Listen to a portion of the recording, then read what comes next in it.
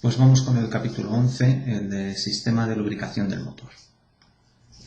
Bueno, en la introducción pues, nos comenta que cuando hay superficies en contacto que se están deslizando, pues es necesaria una lubricación que cumple con una serie de funciones, ¿no? Ahí, como veis, las tres funciones principales es una reducción del coeficiente de fricción, pues porque se interpone una lámina de lubricante entre las superficies y ya no hay ese contacto directo. Y eso a su vez reduce pues, las fuerzas de accionamiento, pues claro, nos cuesta menos mover las piezas, claro. También disminuye el desgaste de las propias piezas y también disminuye la temperatura de funcionamiento. Todo eso gracias a esa reducción del coeficiente de fricción que se ha producido. Por otra parte, otra de las funciones es la refrigeración. Antes hemos comentado que baja la temperatura de funcionamiento, pero eso no es que refrigere, eso es que no se calienta. El hecho de refrigerar es que el aceite, al ir pasando por las zonas calientes, va absorbiendo calor, va cogiendo calor, y luego lo transporta hasta el depósito y se enfría, no solo en el depósito, sino que ya veremos que hay intercambiadores de calor para enfriarlo. Pero incluso aunque no lo hubiera, pues si va a otras zonas más frías, pues allí cede calor, ¿vale? Otra de las funciones que cumple pues es la limpieza. Pues arrastra impurezas que luego las capta el filtro y pues limpia. Vale. Bueno, el punto 11.1, el lubricante en el motor de reacción. Bueno, pues el lubricante ya sabemos, o hemos comentado alguna vez, que actúa sobre los rodamientos de los ejes principales, sobre la caja de accesorios y también sobre el eje de transmisión. Entonces el aceite tiene que soportar mucha diferencia entre la temperatura más baja y la más alta a la que debe trabajar, pues desde que empieza a funcionar en un ambiente muy frío, que puede ser a menos 40 grados bajo cero, por ejemplo, hasta temperaturas de 250 grados centígrados en la zona de los rodamientos, por ejemplo, ¿no? Entonces, bueno, aquí en aviación se utilizan aceites sintéticos. Vamos a ver una serie de propiedades de los lubricantes, ¿vale? Entonces, lo primero, pues la viscosidad. Vamos a poner la imagen de la página siguiente para ambientar esta. Bueno, no acaba de verse ahí abajo, pero veis que está la temperatura. Bueno, vamos a dejar esto así. La viscosidad es, digamos que expresa la dificultad del aceite para fluir. Entonces, a más viscosidad, peor fluye. Vale, bien. Entonces, interesa que la viscosidad no sea muy alta, para que el aceite, claro, pueda fluir sin grandes dificultades. Pero tampoco puede ser demasiado baja, como para que se escape de la zona que debe lubricar, y entonces si se escapa de esa zona, claro, ya no hace su efecto. ¿Vale? Bueno, una cosa es que la viscosidad disminuye al aumentar la temperatura. Pues el aceite, cuanto más caliente está, pues menos viscoso es. ¿Vale? Y aquí lo que está representando en esta imagen es cómo va disminuyendo esa viscosidad a medida que aumenta la temperatura. Y lo de SAE, pues es la Sociedad Americana de Ingenieros, y los grados SAE, pues es cómo se comporta un aceite con un grado 10. La W viene de winter, es en frío, entonces un aceite 10W se comporta de esta manera en cuanto a viscosidad, cómo va disminuyendo con respecto a la temperatura. Cuanto más alto es el grado SAE, pues es un poco más viscoso, pero como veis todos baja su viscosidad con la temperatura, ¿eh? Bueno, otras propiedades, a ver, creo que vienen por aquí. Pues si el punto de fluidez, pues el punto de fluidez es la temperatura por debajo de la cual el aceite deja de fluir. Pero claro, esto relacionado con una determinada prueba que esté normalizada. Bueno, punto de inflamación, pues es la temperatura a partir de la cual el aceite emite vapores que se pueden inflamar, pero que se pueden inflamar al contacto con una llama, no que, digamos, se inflamen espontáneamente, ¿vale? Otra cosa, la capacidad de carga, pues esta hace referencia a los esfuerzos que puede soportar esa película de aceite lubricante que se interpone entre las superficies que están rozando, ¿vale? Y que aguante, sin que estas piezas entren en contacto. Esa sería la capacidad de carga. O la resistencia a la oxidación, pues eso mide la capacidad del aceite para evitar su reacción con el oxígeno, ¿vale? Supongo que sabéis de otras cosas que la oxidación del aceite, bueno, que la oxidación en general aumenta, o la facilidad de oxidarse algo aumenta con la temperatura. Entonces, bueno, pues también del aceite, cuanto más caliente está, pues más fácil es que se oxide, ¿vale? Además, cuando se oxida, pues el aceite aumenta su viscosidad y también disminuye su capacidad lubricante. Entonces es interesante que sea estable ante la oxidación. También otra estabilidad que se busca es la estabilidad térmica, que describe la capacidad del aceite para resistir altas temperaturas sin que se degrade y sin que pierda sus propiedades. ¿vale? Bueno, pues como veis son nada, definiciones que, pues eso, que no dejan de ser definiciones que hay que aprenderse, pero tampoco son difíciles, ¿no? Los aceites, pues tienen clasificaciones. Entonces las clasificaciones que se utilizan son de tipo militar y aquí tenemos la tipo 1, tipo 2 y tipo 3. Y entonces, ¿qué es? La tipo 1, pues lo que pone ahí es un lubricante de base sintética, ¿vale? Con un campo térmico pues, de menos 53 a 100 grados centígrados y tiene esas dos versiones, la grade 3 y la grade 4. Pues nada que explicar, lo va a aprender. El tipo 2 son también lubricantes sintéticos, pues son mejores, sobre todo dice frente a la estabilidad térmica y a la oxidación, son compatibles con todos los metales, con los materiales elastoméricos, con las siliconas empleadas en los motores. Bueno, esto es una cosa, digamos, interesante. Hay elementos, hay compuestos que atacan a otros, de manera que los motores están fabricados con elementos que son capaces de resistir a los aceites. Y entonces de aquí que haya estas clasificaciones, porque así saben qué materiales se pueden utilizar, qué materiales no se pueden utilizar, etc. Bueno, el tipo 3 serían lubricantes de tercera generación y, a ver, vamos a pasar a otra página para seguir viendo esto. Bueno, pues los lubricantes, como decía, de tipo 3 son de tercera generación y especialmente adaptados para vuelo supersónico. Pues bien, el aceite tiene que aguantar más altas temperaturas. Bueno, pasamos a circuitos del sistema de lubricación. Vamos a empezar con la figura 11.2, que es esta de aquí. Vamos a ampliarlo un poquito para ilustrar un poco esto. A ver. Vaya. Que me acuerdo que si hago esto se va. Pues la dejo ahí. Bien. En el circuito de lubricación o en la lubricación del motor de reacción, pues distinguimos tres circuitos. Tendríamos el circuito de presión, el circuito de recuperación y el circuito de ventilación. El circuito de presión, pues tendríamos el depósito, como veis ahí, la bomba, luego iremos viendo pieza por pieza, la válvula de descarga, el filtro con bypass y los inyectores. Entonces aquí, bueno, pues lo visto, el depósito, la bomba, el filtro con el bypass que dice aquí y los inyectores que en sí no están representados, pero que son los puntos donde al final vamos a ir, donde se va a ir inyectando el aceite para lubricar. Circuito de recuperación. Entonces, aquí está en la figura 11.2p. Entonces, una vez inyectado el aceite, pues lo que hay es un conjunto de bombas recuperadoras, como veis aquí, que se encargan de enviar el aceite de nuevo al depósito.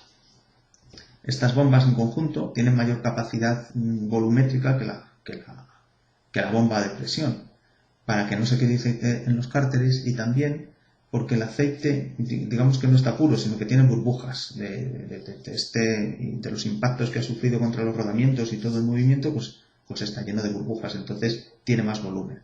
De manera que las bombas recuperadoras tienen capacidad de mover más volumen de fluido, vamos a decir, que la bomba de presión. Eso es lo que quiere decir. También nos comenta aquí que antes de llegar al filtro, este aceite pasa por unos detectores magnéticos. ¿Para qué? Para retener y avisar de un posible desgaste de elementos metálicos, ¿vale? Entonces esa acumulación que se va produciendo de elementos metálicos ahí en ese imán, pues acaba haciendo un contacto eléctrico y avisa, ¿vale? Otro, circuito de ventilación. El circuito de ventilación es pues eso, un circuito que comunica entre sí todos los recintos cerrados del sistema de lubricación, ¿vale?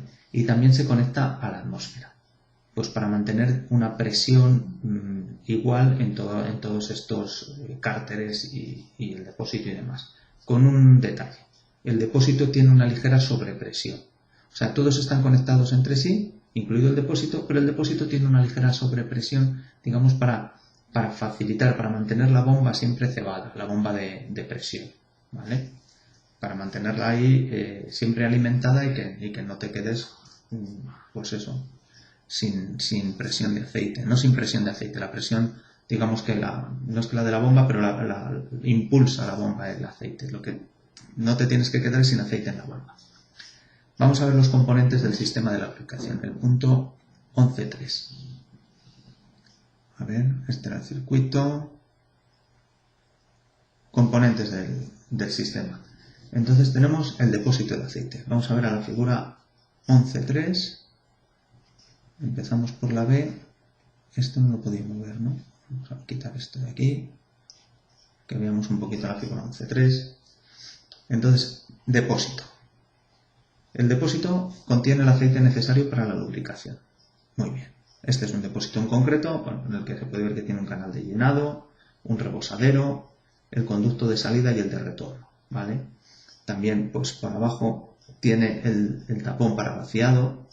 Como decía antes, está ligeramente presurizado para mantener cebada la bomba. Entonces el conducto de ventilación tiene una válvula con un muelle y esa válvula no se abre hasta haber alcanzado la presión de presurización. O sea que tiene ahí un cierto tarado para que este depósito tenga una cierta sobrepresión con respecto con respecto al resto del circuito.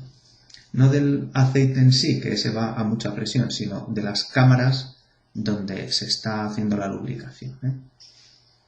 También suelen llevar un sistema desaireador, que veis, ahí viene este sistema desaireador. Entonces esto lo que quiere es quitar el aire del aceite. Ese aire que digo que venía mezclado con el aceite después de haber lubricado, pues quitarlo. Entonces los más comunes dice que son las bandejas desaireadoras y los desaireadores de remolino. Entonces las bandejas desaireadoras lo que pasa es que hacen fluir el aceite, por lo que su nombre indica, por unas bandejas que tiene ahí como mucha superficie y entonces es más fácil que se separe el aire del aceite. Y las de remolino lo que hacen es una centrifugación, o sea, hacen girar el aceite, hacen pasar el aceite por una espiral y entonces se centrifuga y se separa más fácilmente el aire, ¿vale? Muy bien. También los depósitos tienen un sistema de información del nivel que va a la cabina. O sea, para saber en cabina, quiero decir qué nivel de aceite hay. Vamos a ver otro tipo de depósito. Este es otro depósito en el que pues veríamos que tiene aquí el tapón con la varilla de nivel, tiene la entrada de llenado, ¿vale? Tiene el retorno, tiene el desaireador, tiene la salida hacia la bomba principal, tiene otras entradas de llenado o tiene las mirillas, para visualmente ver el nivel del aceite, ¿vale? También tiene un tapón de vaciado.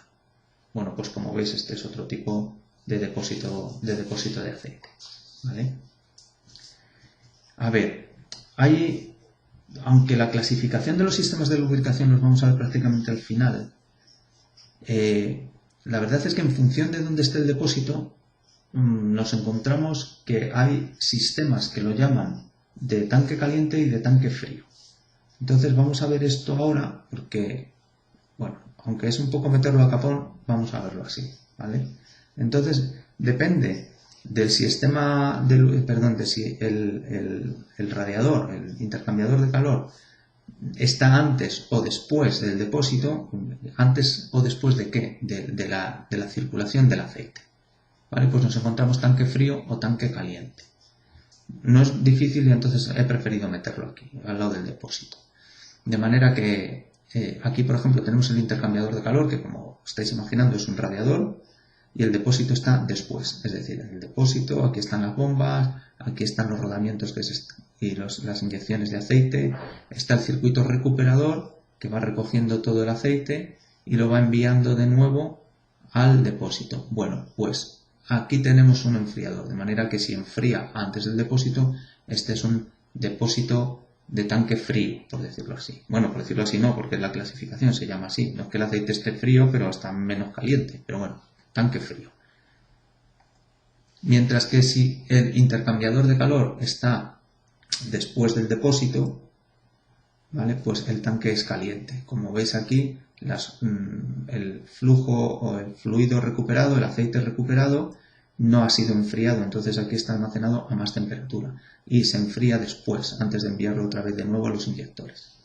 Entonces esta es una clasificación que podéis encontrar, que es que sea de tanque frío o de tanque caliente, ¿vale? Pero es verdad que nos hemos saltado del tirón otra clasificación de los sistemas de lubricación, que la veremos después. Vamos a seguir. Vamos al punto 11.3.2, a la unidad. Mira, viene aquí, sí que, claro, sí es que viene, perdonad.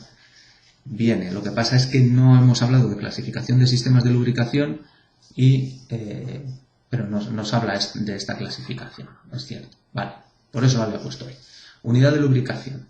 Bueno, veréis, se suelen montar juntas la bomba de presión, la válvula limitadora, que hablaremos de ella ahora, las bombas recuperadoras, los filtros, los detectores magnéticos, todo esto se suele montar en conjunto y lo llaman la unidad de lubricación. ¿Vale? Entonces el movimiento lo recibe del eje de la caja de accesorios. ¿Vale? Bueno, aquí está haciendo una representación, no se ve muy bien, de la unidad de lubricación. Aquí, pues, bueno, ahora veremos de los sensores magnéticos, pero os quería enseñar una bomba. Vamos a ver esta. Esta es una bomba que combina una bomba de impulsión con una bomba recuperadora. Entonces aquí tenemos los engranajes de las bombas. Aquí veis que hay una pared que está separado. Estos engranajes están separados de estos otros engranajes, pero están movidos todos por el mismo eje. ¿Veis? Entonces este eje está tomando el movimiento de la caja de accesorios y que, como veis, aquí tiene ese punto débil de rotura en caso de que esto se bloquee. ¿Vale? Bueno, pues está moviendo a este piñón y, como tiene este mismo eje, también a este piñón, a este engranaje, y estos a su vez están moviendo a sus gemelos que están aquí al lado, pero que ya no reciben movimiento directo, sino que lo mueven, digamos, ellos mismos. Bueno, pues aquí, ¿qué está pasando? Pues mirad, vamos a ver que hay dos circuitos. Aquí viene el aceite del depósito y pasa por los engranajes y va hacia el filtro y hacia el resto del circuito. Esta es los engranajes de presión. Y como veis, son más finitos que los engranajes de recuperación. Entonces, esto es lo que decía que tenía más capacidad volumétrica. Pues esta bomba de recuperación es capaz de mover más volumen que esta bomba. ¿Vale? Pero ¿por qué esta tiene que mover más volumen? Primero, para que no se nos quede aceite por ahí por los cárteres, que tenga buena capacidad de mandarlo al depósito de nuevo, pero además porque el aceite aquí viene con aire. Entonces, digamos que hay más volumen. Bueno, aquí vemos un detalle interesante. Si el aceite que va hacia el filtro tiene demasiada presión por algún motivo, aquí hay una válvula de descarga. Y esta válvula de descarga, lo que está aquí representado, veis, es como una esfera con el muelle de tarado. Con este muelle es con lo que se va a marcar realmente la presión a la que el aceite va a ser capaz de empujar a la bola y descargarse. Y el caso es que si hay demasiada presión, la bola se separa de su alojamiento y el aceite vuelve de nuevo a la toma, a la entrada de la bomba. De manera que aquí baja la presión hacia el filtro. Esta es la válvula de descarga, que es verdad que la vamos a ver un poquito más adelante, y que lo que hace sería aliviar la presión cuando es excesiva para el sistema. Digamos, podría ser peligrosa para el sistema, pues porque pueda romper juntas por ahí. Entonces, pues hay que liberar esa presión. Es un elemento de seguridad. Bien. A ver la siguiente imagen. Sí, la siguiente imagen es cómo funcionan estas bombas de engranajes, o cuál es su principio de funcionamiento. Porque fijaos cómo van los piñones. Uno de ellos está recibiendo el movimiento de la caja de accesorios y se lo está transmitiendo al otro. ¿Vale? Entonces, esos piñones, como veis, aquí en el medio están yendo hacia abajo. Los dos, va hacia abajo y aquí va hacia abajo. Entonces, la verdad es que uno, digamos de una manera así, a simple vista, parece que el aceite va a ir circulando hacia abajo, pero no es así, porque aquí queda muy poco hueco, como veis. Entonces, el aceite que puede ser, digamos, trasladado de arriba hacia abajo es muy pequeñito. Es una cantidad mínima que sirve, desde luego, para lubricar la bomba, y para que aquí los dientes pues no estén exactamente en contacto entre ellos, sino que esté aquí también la película lubricante, pero la cantidad de aceite trasladada en realidad se produce aquí, entre el hueco entre el diente y la carcasa. De manera que al ir el piñón yendo en este sentido, girando en este sentido, lo que está haciendo es trasladar aceite de la zona de entrada a la zona de salida. Aquí nos lo dibujan pues con baja presión y con alta presión. ¿Vale? Lo de la presión, quiero aprovechar para decirlo, las bombas lo que hacen es mover líquido, en este caso aceite. Estas lo que hacen es mover. La presión, digamos que se produce por las resistencias que haya después de la bomba. Es decir, ¿por qué aquí hay presión? Pues aquí hay presión porque este aceite está obligado a pasar por un filtro, está obligado a pasar por unos inyectores que tienen un paso muy fino y que ese paso fino está haciendo que aquí le cueste seguir avanzando el aceite y entonces aumenta la presión.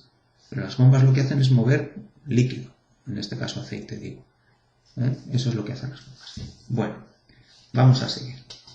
Esta es la imagen 1.4, la imagen 1.5 es cómo funcionan las bombas de engranajes y ahora vamos a hablar de la válvula limitadora de presión. Es verdad que ya la hemos comentado, pero bueno, por poner otra imagen un poco en exclusiva de la válvula limitadora de presión, pues sería esta. Es lo mismo que la otra, como veis. Por aquí entra el aceite procedente de los engranajes, iría hacia el circuito y en caso de que la presión fuera excesiva, vencería este muelle, separaría la bola de su alojamiento y algo de aceite podría ir de nuevo hacia la entrada de la bomba. Entonces, ¿qué pasa? Que baja la presión y entonces vuelve el muelle a empujar a la esfera y a dejarlo en su sitio. ¿Vale?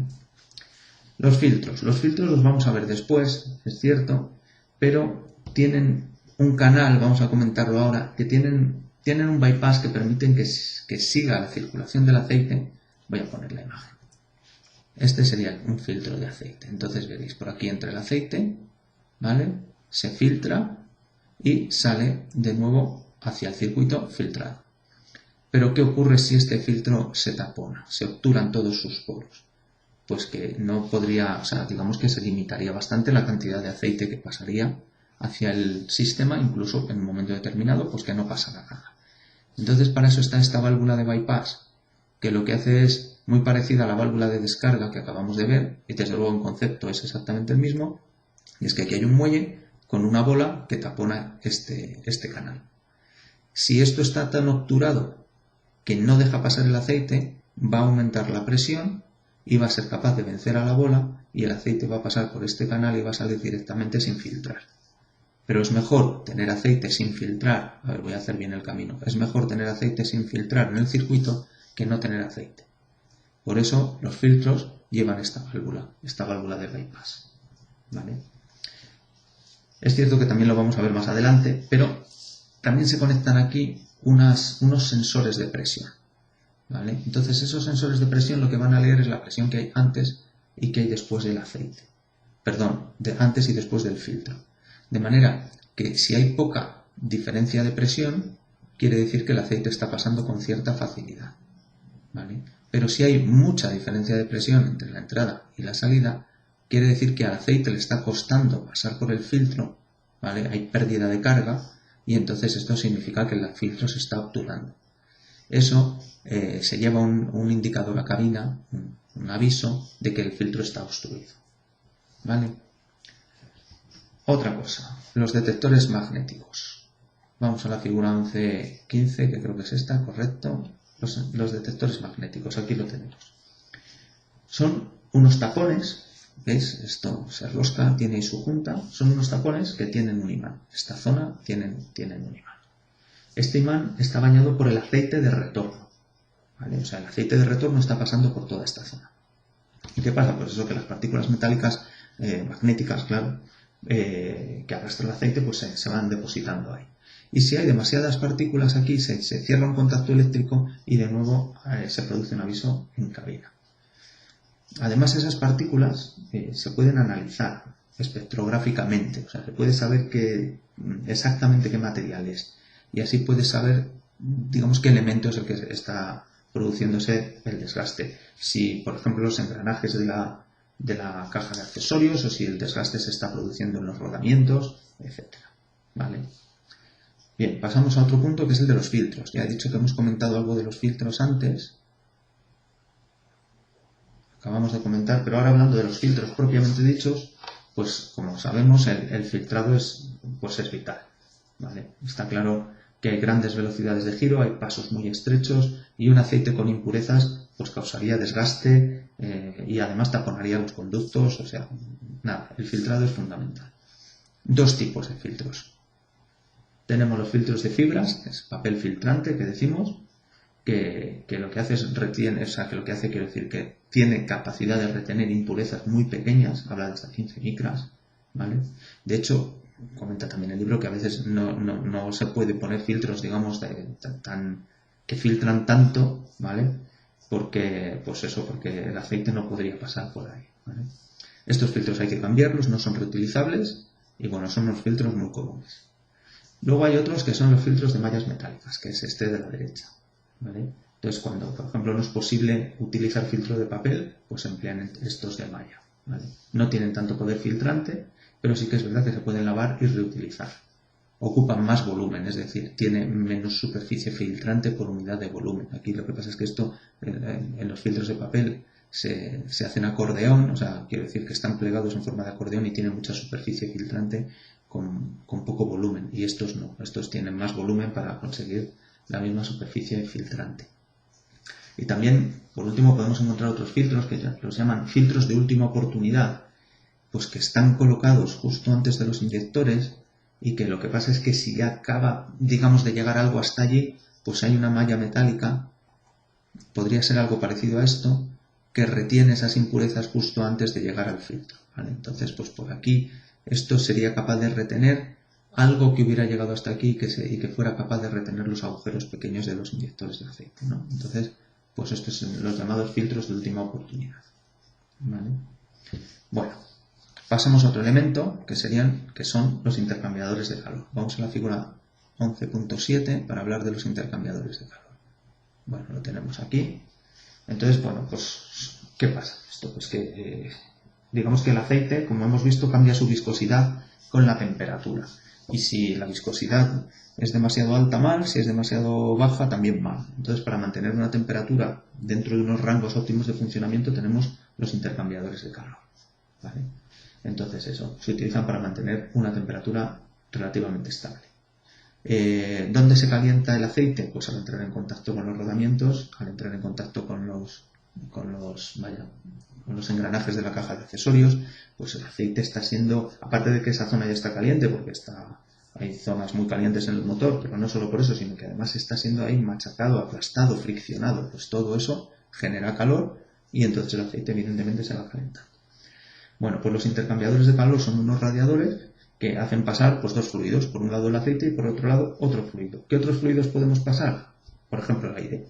Si se hace pasar aire, tenemos un intercambiador de tipo aceite-aire. Pero también se utiliza el combustible para esto, para intercambiar calor. Como fluido frío se utiliza el combustible. Entonces tenemos intercambiadores de calor de aceite-combustible. Vamos a ver unas imágenes de estos. A ver. Aquí tendríamos un intercambiador de calor de aceite, ¿ves? Aquí tenemos la entrada del aceite y aquí la salida del aceite, y combustible. Aquí tenemos la entrada del combustible y la salida del combustible. De manera que el aceite entra por aquí, tenemos una válvula de descarga y va circulando alrededor de estos tubos por donde a su vez está entrando el fuel, el combustible. ¿Veis? Entonces el combustible atraviesa por esos poros, por esos tubos finos, para que tenga mucha superficie de contacto de un lado a otro del intercambiador de calor, ¿vale? Y el aceite va rodeando esos tubos.